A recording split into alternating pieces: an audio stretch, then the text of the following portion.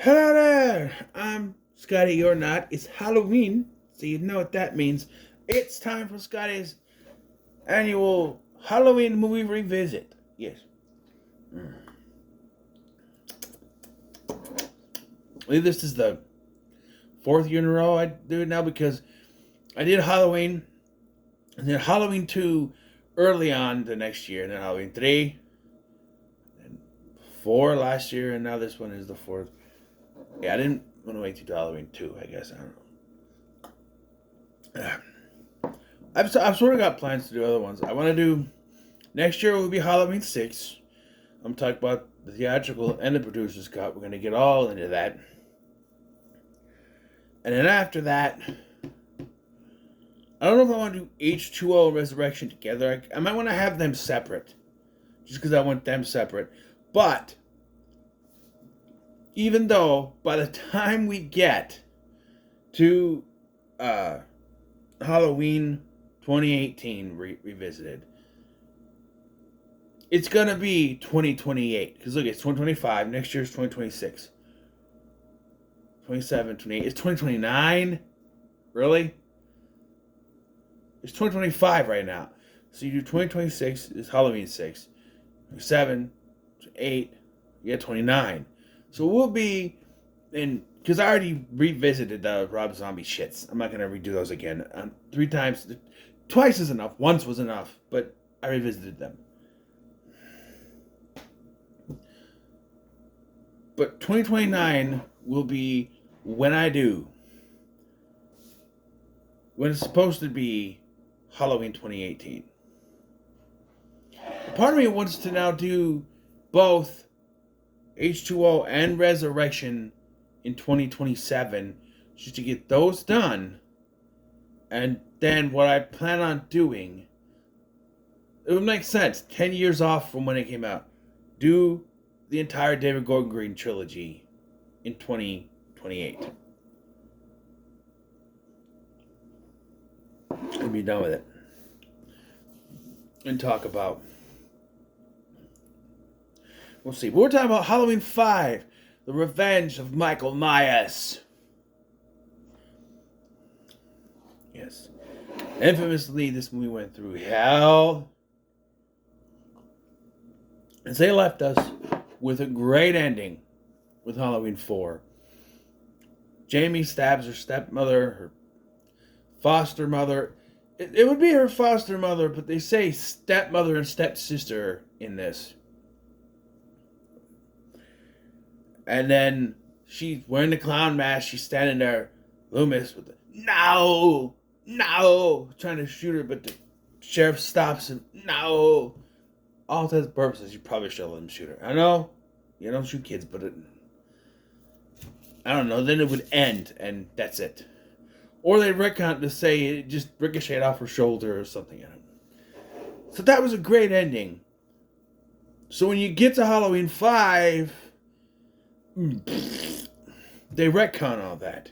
They say, oh, she just stabbed her, she's not dead. And she didn't go crazy, she's just mute. You know, I never hated this movie, and I still don't. But rewatching it now, boy, this went down. A lot of people put this on the worst list. Those are people that happen to really like Rob Zombie's Halloween 2 or the Rob Zombie movies in general. This and Resurrection were known as some of the worst, will never go lower than the Rob Zombie movies. I do not like those movies at all. Those will always be towards the bottom. But I can see why people might put this under Resurrection. I can have fun with Resurrection. We'll see in a couple of years. I can have fun. I can have fun with Resurrection. This, I don't know.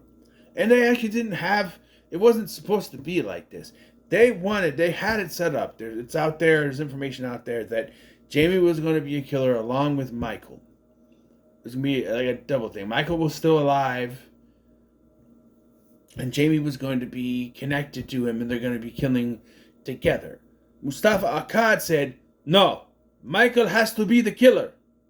So they completely scrapped that and brought in and kept Michael as the killer.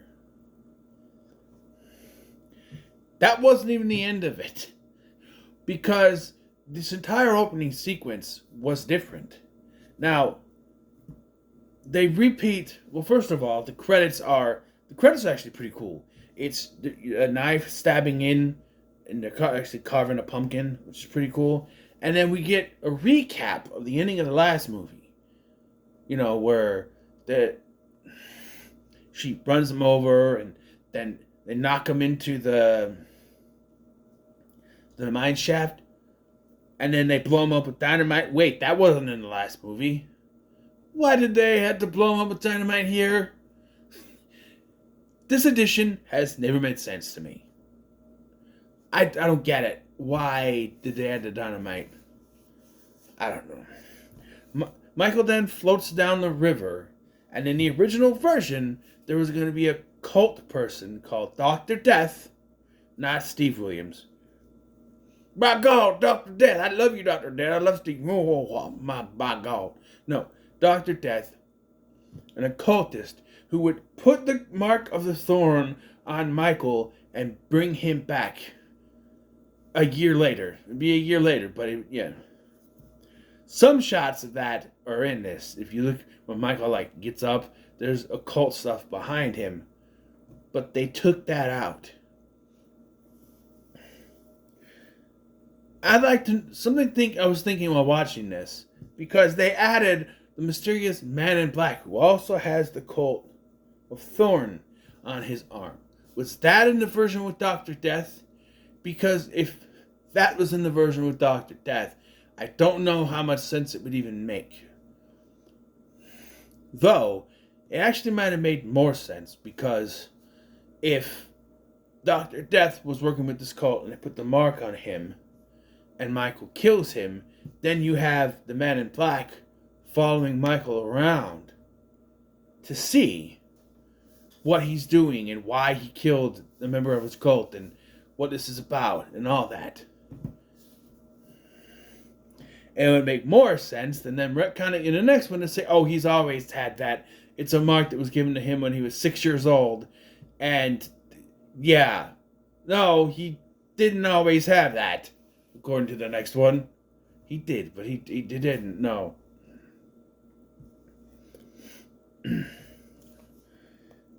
So, yeah. It's 1 year later, and Michael slept the whole time. Jamie is now a mute.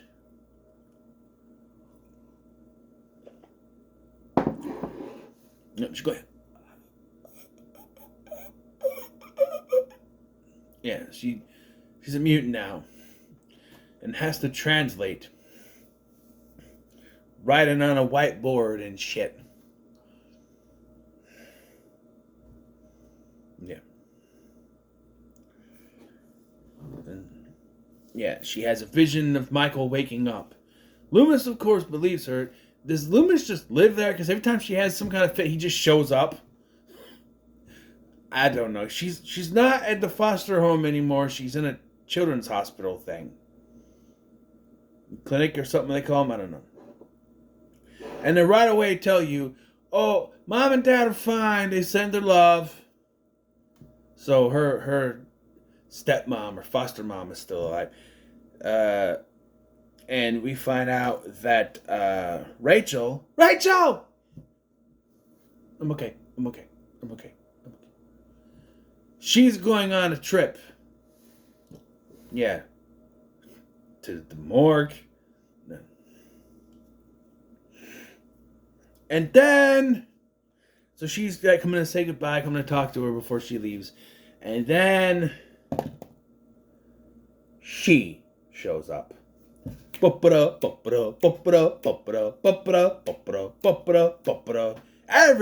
favorite character in the Halloween franchise, Dana. Yes, with a dog. I like Max. With a dog. I really like how Loomis comes in. What's going on here? But yeah, there's a dog in a clinic. What if there are other kids that are allergic? You don't know.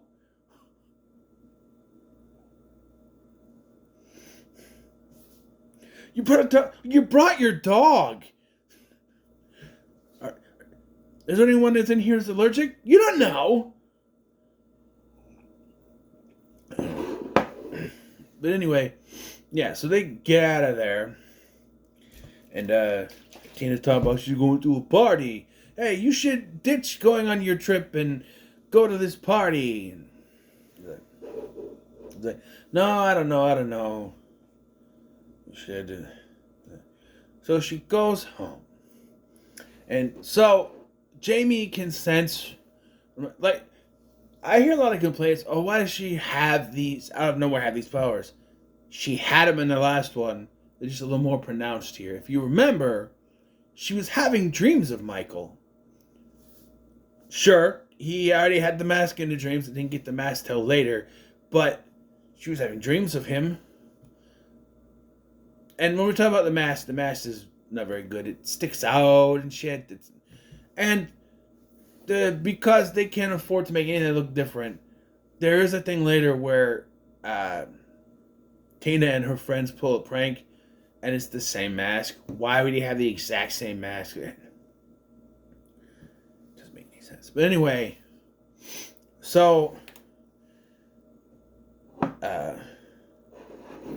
Michael goes after Rachel because I guess she would be the first victim. Get Rachel out of the way, you can go after Jamie, right? This is where the movie loses everybody who's a fan of the last film. And yeah, watching it this time, it should have been the opposite. Tina should die first. Especially since they do a thing later in the movie that I'm watching them go, yeah, that's cool, but it would be better if it was Rachel. We'll get to it. But she's in the shower. In a very obvious... So for review purposes only, I had to rewind and pause the scene when she's in the shower to see if she was actually naked. For review purposes only. It's very professional. Very professional. But you can tell she's wearing like those... Like, she's wearing like a... That they give you... It's not like a... They're not even flesh colored. It's just like very light white. You could tell through the door that she's not naked. You could see it. But then when she comes out in the towel, it's not there. By the way, she's rolling all over the bed with the phone and her hair is fucking wet. Is that your bad? I don't know, but like, people in this movie are fucking stupid because they have to die. Because she's like, first of all, this woman is yelling at the phone. She's coming out of the shower. Hold on, I'm coming. I'm like, they can't hear you. It's the phone. It's not someone knocking on the door, which is what you do that for. Hold on, I'm coming. It's the phone ringing. They can't hear you saying, hold on, I'm coming. Then she goes in the room, she's talking on the phone, and he's like, get out of there! Get out of there now! So she gets out of there, and Max is gone, because she goes to look at Max. Max is gone. Get out of there! Get out of there. And then Tweedledee and Tweedledum show up, these stupid cops. That's their music. They show up.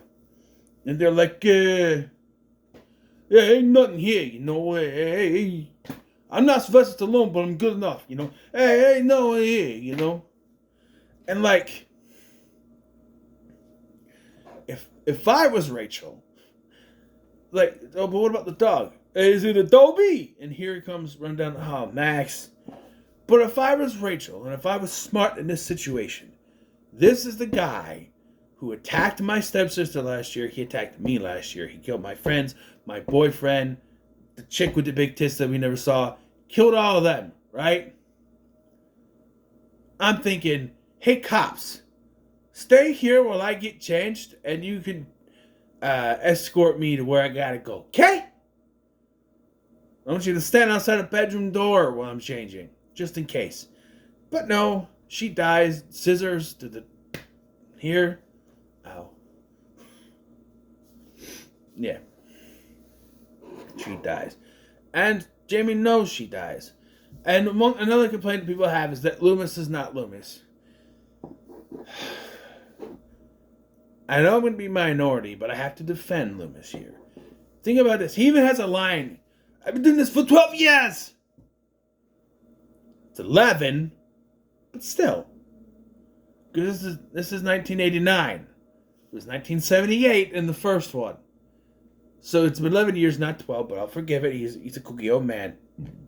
If you have had to deal with Michael Myers for 11 years, you would be going, if you have kept trying to stop it. Think about this. He shot him 6 times. And he fell out a window. Didn't work. Set his ass on fire. Didn't work. They run him off the road into a mine shaft, and according to this movie, blew him up. Didn't work. So you're at your wit's end. And if this little girl can help you end Michael Myers, end this for good, of course you're going to be erratic. Of course you're going to be acting different. If this is your last chance, this could be the last chance to get Michael Myers, goddamn you. Of course he's on edge. That's everyone's complaint. Loomis isn't like Loomis. If you've had to deal with this shit for 11 years, he's probably put Jack Daniels in his Agent D. Yeah. Come on. No goddamn Jack Daniels. I only drink Bacardi. Yeah. Okay. In the Agent D. But yeah, so I kind of defend him a little bit. And yes, we see the Myers house. Let's talk about this now. It's not the Myers house. It's a fucking mansion. And this is on the director, Dominique Othenin-Girard, who wanted it to be different. He wanted this kind of a gothic mansion. Cool. But that's not the Myers house. Have fucking Rachel! I'm okay. Live in that house. Don't change something as iconic as the Myers house, because you wanted it to be that kind of house. Have that be where she lives, and have his house be normal, because that's not his house. It also doesn't make sense because the next one is a direct connection to this one, that it goes from looking like this big gothic house, to back to normal the way it was in the last one. I do like though. So right after this, Rachel's gone and bitch shows up. Dana shows up with her friend Sammy. Tamara Glynn. Sammy. And they're like, oh, she's gone. We're free now. And Max is barking at something, but she doesn't care. She's stupid. And they're like, okay. I do like they're walking, and all of a sudden she's just like, Mike! Or Michael! And he stopped. What? I don't know. I laugh at that every time. Like, how the hell do you hear her driving? I'm sure he's got the top down, but still. And yeah, they're going to have a party. So, I got a question. What is this scene? So he mentions he doesn't want to touch his car, but spits. If he spits, that means she swapped. Never mind.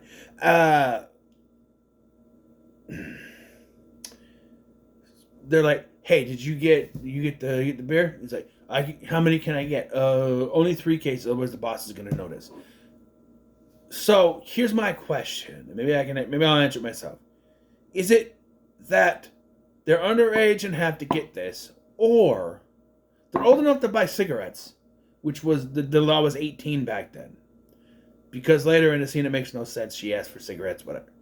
So they're at least 18. So I'm assuming they're a little bit underage, maybe 19. But so there's that sneaky. But also, is he doing this? They're not paying. It's free booze they're putting in the thing. Because there's no one around. They can do it if they just pay for the 3 cases of booze. put it in the register, take the 3 out. Not going to notice as long as they're paid for, right? I'm just saying. And then Mikey gets it. I do like this. Hurt my ears though. Michael, he takes the little claw thing on the car and he gets pissed and then, you're dead, man. Or he doesn't hear, doesn't he? He doesn't know. That's a nice kill, Mikey. Michael kills Mikey, and he takes Mikey's mask that Tina gave him. Right? Yeah. So, yeah. So Halloween is coming, and Jamie's gonna be a princess instead of a clown this year. And her little friend, Tommy? No. Billy. Billy boy. Billy. Yes, he has a stutter too, but Billy, he's a pirate. He's gonna be a pirate. And it's this little boy that has a thing for Jamie. That's cute. Little kitty crush, that's cute. Yeah.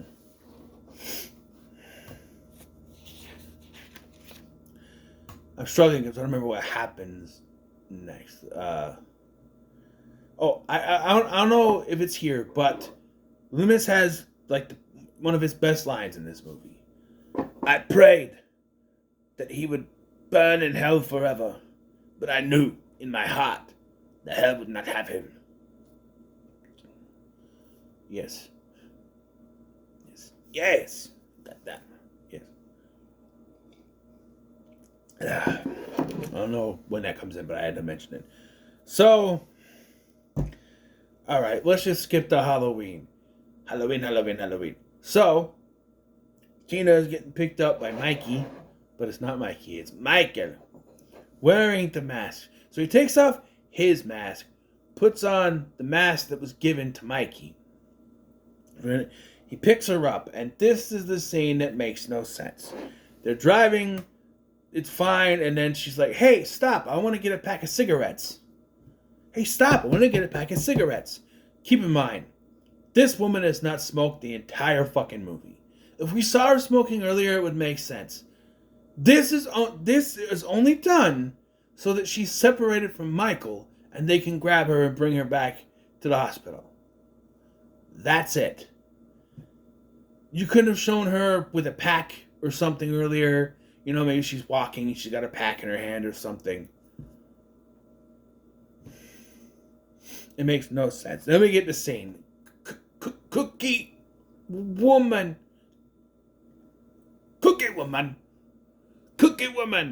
And I like how the sheriff's just like, get to Dale's gas station now, whatever it's called.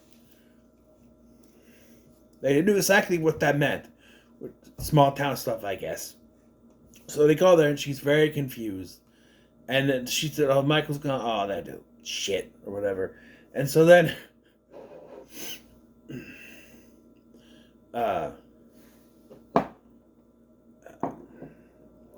they take her back, and this is where she's fucking stupid. She is so stupid.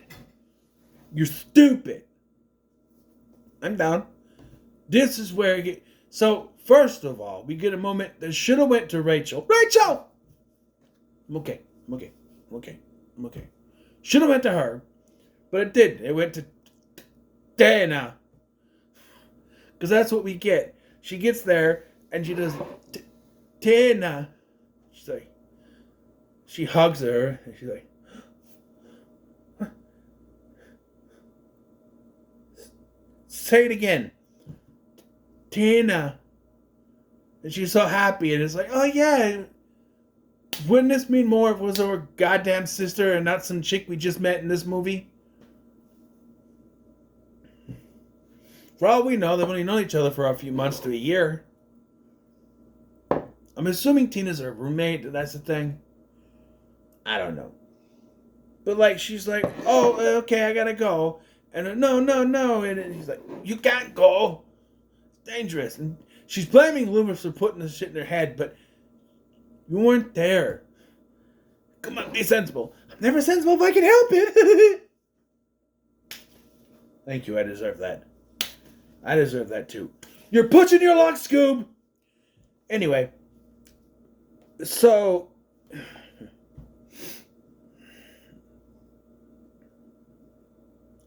she takes off to do whatever you put. And this confused me. I'm watching it this time, I'm like, what? So Loomis tells the two idiot cops, keep, go after her, follow her. So they just start walking behind her. She's like, are you supposed to be tailing me? I'm like, yeah, you're not doing a very good job. Okay, you guys can give me a left to the old Tower Farm. What? And they stay there. That's just what baffles me. I'm assuming they're underage and they're drinking at this party. And then she just brought cops to the party. Scream did it too, but that was... Well, Dewey's not quite as... Dewey's smarter than these two. I'm just saying. So they sit outside while everyone else is boozing inside. Wouldn't it be easier for them to just bust in and go, okay, you're underage, everybody leave. But no. So then they're in a party and Sammy and Spitz are there. Okay, so Sammy says this line, word for word. Spitz just had this great idea. Just had this great idea. So they play a prank on the cops where Spitz is dressed as Michael Myers, mask and everything. It's the mask from the movie. It makes no sense. It wouldn't be the same mask or whatever. It wouldn't look the same. It just wouldn't. But my question is, okay, if he just came up with it while they're dancing, how did he have the costume?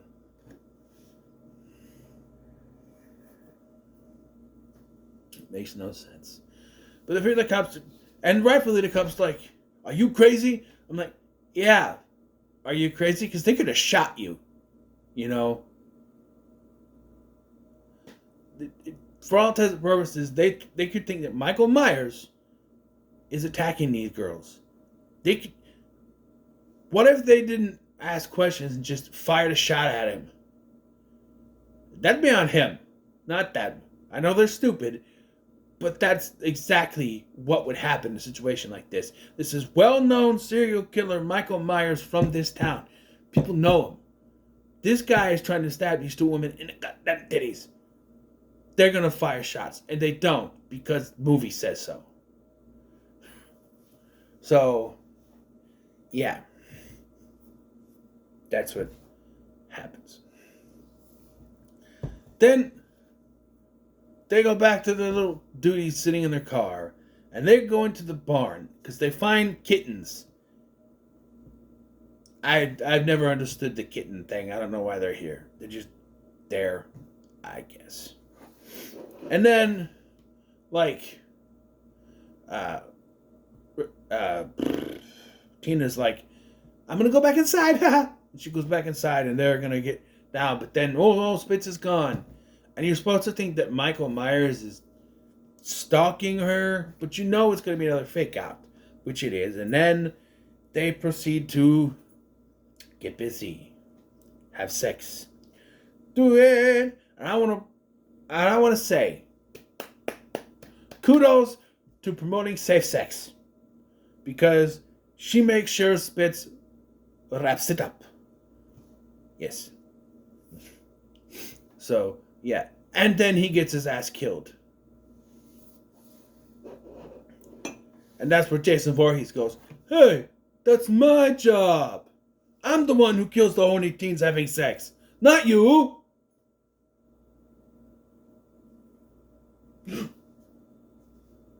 And thus, the universal rivalry was born. Jason versus Michael. We need it. We'll never get it, but we need it. I mean, aren't they both? No, A24 is doing the series.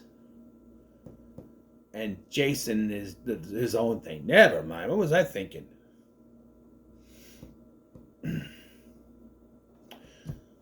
I don't know. But Wait, A24 is doing the Crystal Lake series, but it's going to Peacock.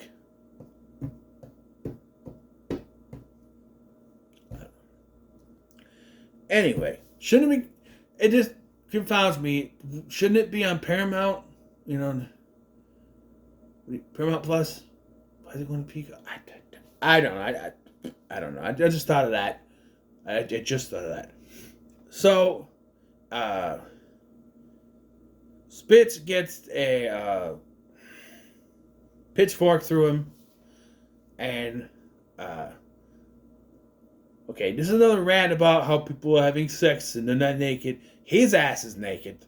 She has just open. You see the cleavage like that, and they get splat with blood. That kind of works. Again, they don't have to show nudity, but it just when you think of it doesn't make any sense. People don't do it like that, but whatever. They're in a. I guess they're in a barn. His ass is naked, and she's. I don't know, because if you're doing it in a barn, maybe. Don't you get hay up in your crack? I don't know. Anyway, you go, hey! Oh, that's what it is. So,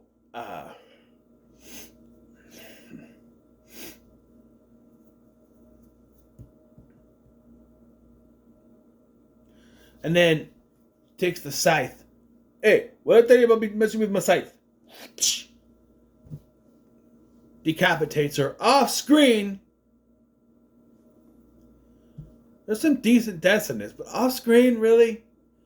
They couldn't show a decapitation. I still give it one though, because that's gotta be what happened, right? And then, so during all this, Jamie senses that a disturbance in the force. So her and Billy Boy run off. Two little 10-year-old kids running off. 9. They're 9 because they were apparently she was 8 in the last one. 2 9-year-old kids running off to the thing. Billy gets his ass ran over, or almost ran over.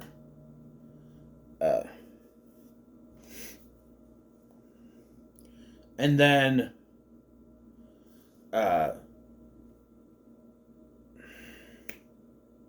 Jamie calls for Tina. But Michael gets a hold of Tina and stabs her here. I remember what I said when I first reviewed this, and I stand by it now. She's not dead. And the reason for that is she gets stabbed here, which, yes, that's technically the but when they take her away, they don't put her in a body bag. They put her on a stretcher, which to me says they're not dead. They put them on a stretcher. So I stand by my plea that she's not dead. I stand by that. So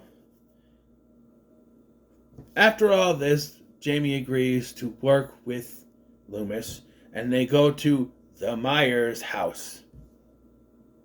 Yeah, with the cop dude that's also from ER. Charlie! That's what he says earlier. Charlie.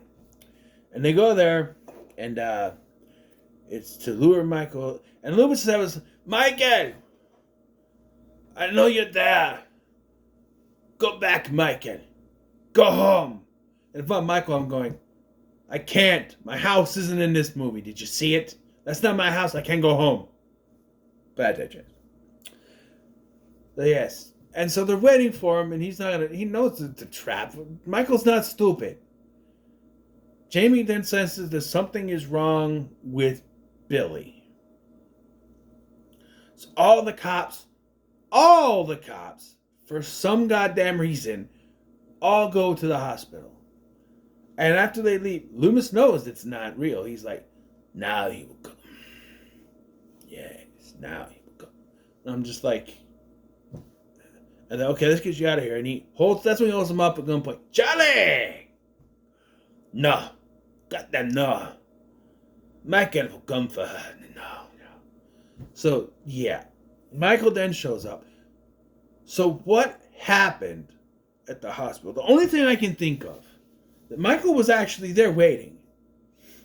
And what had happened was that Billy was injured from the hit by a car or whatever, and finally flatlined and died. And that's what she was sensing. And Michael knew she would sense it because they're connected.